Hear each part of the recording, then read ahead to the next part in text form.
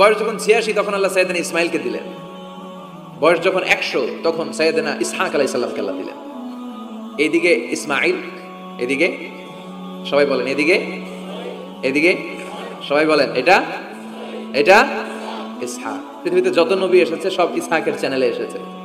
এই সাইয়েদনা ইসহাক আলাইহিস সালামের চ্যানেলে এসেছে। সাইয়েদনা ইসমাইলের চ্যানেলে নবী নাই, কোন নবী নাই, নবী ছাড়া চ্যানেল।